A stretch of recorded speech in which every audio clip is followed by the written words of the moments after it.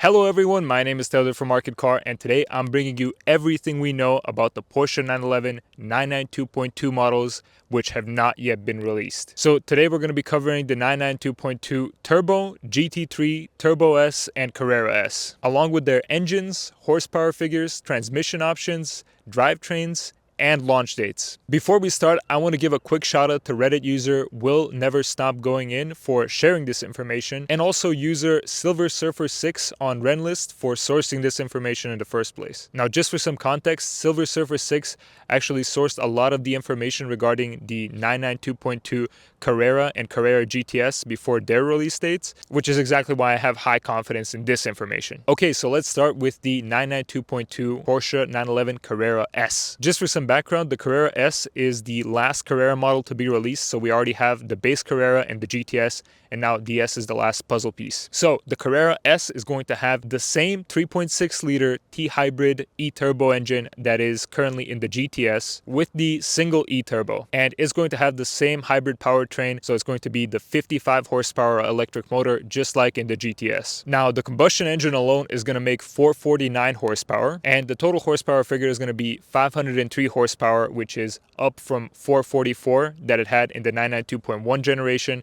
and that's an increase of 59 horsepower. But it's also down 31 horsepower from the GTS in the 992.2 generation. So basically, just like in the last generation, the Carrera S is just a detuned version of the GTS. What's actually crazy is that with 503 horsepower in the Carrera S now, it's right on par with the current 992.1 generation GT3. Which is crazy to me. All right, so for the transmission, there's a big upset. A lot of people were hoping that this is going to have a manual transmission, but sadly it doesn't look like Porsche is able to connect the hybrid engine with a manual transmission, so there's not going to be a manual transmission in the Carrera S. So it's only going to be PDK automatics in all the Carreras. And the launch date of the Carrera S is going to be in December 2024.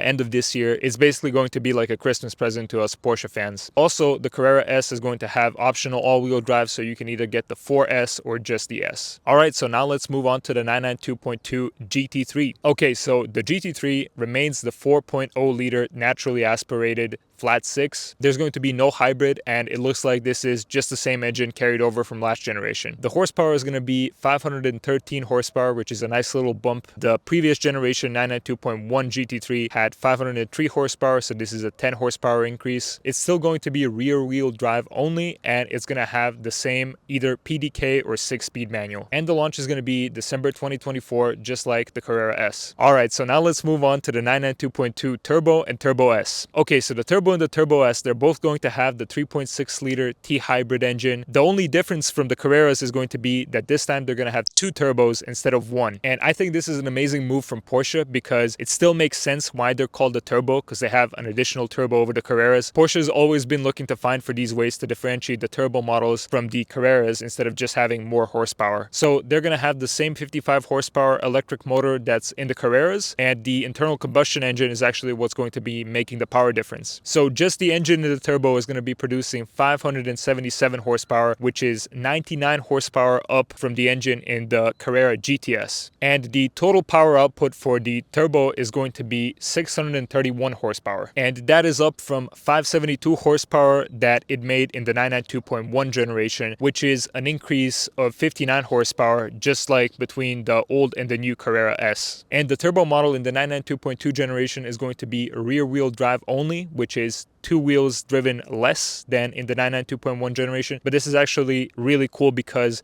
now it gets separated more from the Turbo S. It's not just like a less powerful version of the Turbo S. There's now a reason to get it over the Turbo S if you really like rear wheel drive. And the Turbo is now going to be available not only with a PDK, but also an optional manual, just like in the 911 Sport Classic. And just as a reminder, the 911 Sport Classic was this limited production manual version of the 911 Turbo from last generation, and it had to actually actually be detuned by 30 horsepower because the transmission couldn't withstand the full 572 horsepower of the turbo engine, which just makes me wonder how it's going to withstand 60 horsepower more than 572 now. This is just my speculation, but I think that Porsche will either give it the 6-speed manual from the 911 GT3s, or is going to get a new updated 7-speed that can actually withstand the power. And this will now actually be the most powerful manual Porsche you can get. Before that, it was a Sport Classic, which was, as I said, limited production, and then third place after that would be a GT3 with a manual. And the release date for the turbo is going to be January 25, so very early next year. Okay, so now the Turbo S, and the Turbo S gets the same engine, same two e-turbos. Just the internal combustion engine in the Turbo S is going to make 646 horsepower, which is 69 horsepower more than the engine in the regular turbo. And with the help of that 55 horsepower electric motor, the total horsepower for the Turbo S is now 700 horsepower. And that is actually up from 641 horsepower in the last generation, which makes it again another increase of 59 horsepower. And the Turbo S is going to be all-wheel drive only and PDK only, so no manual, again, to separate it more from the turbo. And the release date for this is going to be January 25, just like the turbo. Okay, so now I've got a few bonus ones for you. Porsche 911 992.2 Carrera T. So there's no info about this, but you have to wonder, the cheapest manual Porsche is going to be either a GT3 or a turbo after all of these releases. And that leaves a really good spot in the market for a 992.2 Carrera T. And there are kind of two questions. The number one question is, will it even exist? Because it's very difficult to spot. There's really no difference when it's camoed up between that and the regular Carreras. And the second question is, if it does exist, is it going to keep the same 3-liter engine from the regular Carrera from the last generation, or is it going to have the new 3.6-liter hybrid combined somehow with a manual? I mean, obviously Porsche can't combine it with a manual as they're going to do in the turbo. Maybe they can bring that technology down to the Carrera T. Second bonus one, 911 GT3 Touring. The GT3 Touring, it's been spotted in development under camo, so we know it exists. The question is it going to come out at the same time as the GT3 in the end of 24? My guess is that they're probably going to release it at the same time, so maybe we can expect 3 cars to get released in that end of 24 launch. All right, now GT2 RS, and this is an interesting one. It's been spotted in development, so we know it exists and that it will eventually come. The question is when, and we don't really have the answers right now. There's no info about this, but it's going to be really interesting to see it come on the market. And the last one is the 992.2 GT3 RS, and sad to say, there's not even been found one in camo. So if it exists, if it will exist, it's probably not coming in the very near future. So that's basically it. That's all the info we have on the unreleased Porsche models. If you're a Porsche enthusiast just like me, you can watch my videos on the T hybrid engine or the Porsche model lineup explanation. And I just want to thank you so much for watching, especially until the end. It really means a lot to me, and I'll see you next time.